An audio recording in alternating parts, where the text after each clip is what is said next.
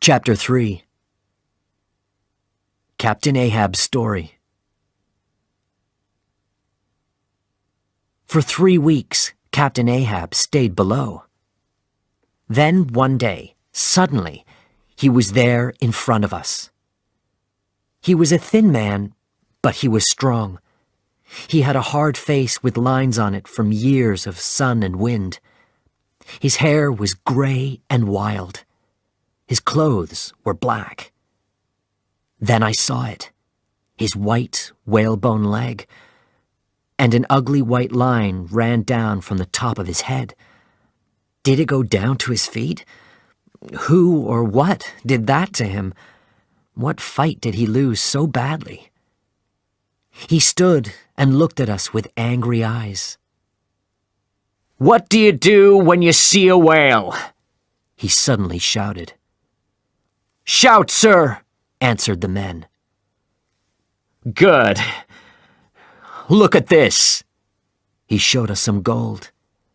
"I want 1 whale, a white whale. One of you will see this whale first. That man will get this gold."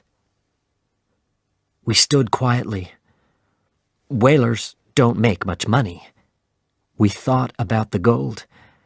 We could buy a lot of nice things with it. "You'll know him when you see him," said Captain Ahab. "He's the biggest whale in the oceans." "I saw this whale," said Queequeg to me. "He is a mountain, very big, very strong. I put my harpoon in him. He got away." "I have to find this whale. I will find him," shouted Captain Ahab. "Are you talking about Moby Dick?" asked Testego. "Yes," answered Captain Ahab. "Moby Dick took your leg?" said Starbuck quietly. Captain Ahab shouted angrily at Starbuck. "Yes, he took my leg. He took half of me. Now I'm half a man, and Moby Dick will pay for this. I'll follow him to South America, to Africa. I'll follow him to the end of this world.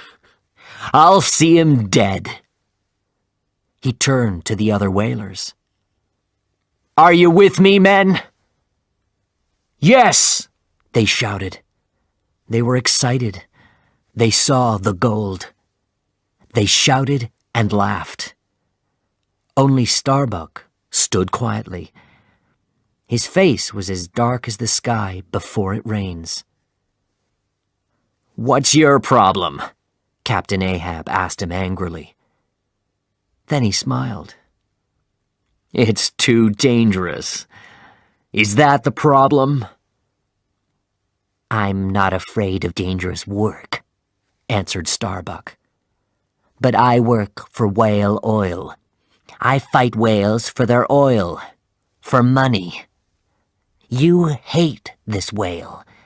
How much oil will that bring you? How much money?" "When I kill Moby Dick, I'll be rich in here," shouted Captain Ahab, and he hit his body with his hand. He turned and started to walk away. "Are you going to follow this animal because it won a fight with you? It's wrong. It's crazy," shouted Starbuck. When he heard this, Captain Ahab turned on his whalebone leg.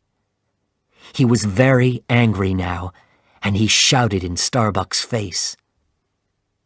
"This whale is evil. Do you understand? White is the color of ice, and ice takes strong ships down under the water. White is the color of a man's eyes when he can't see. White is the color of dead men. White is evil, and this whale is evil. He's laughing at me.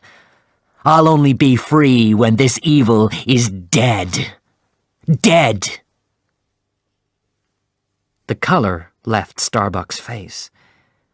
He was the loser of this fight, and Captain Ahab knew it. He turned to the men again. "Drink! Death to Moby Dick!" he shouted.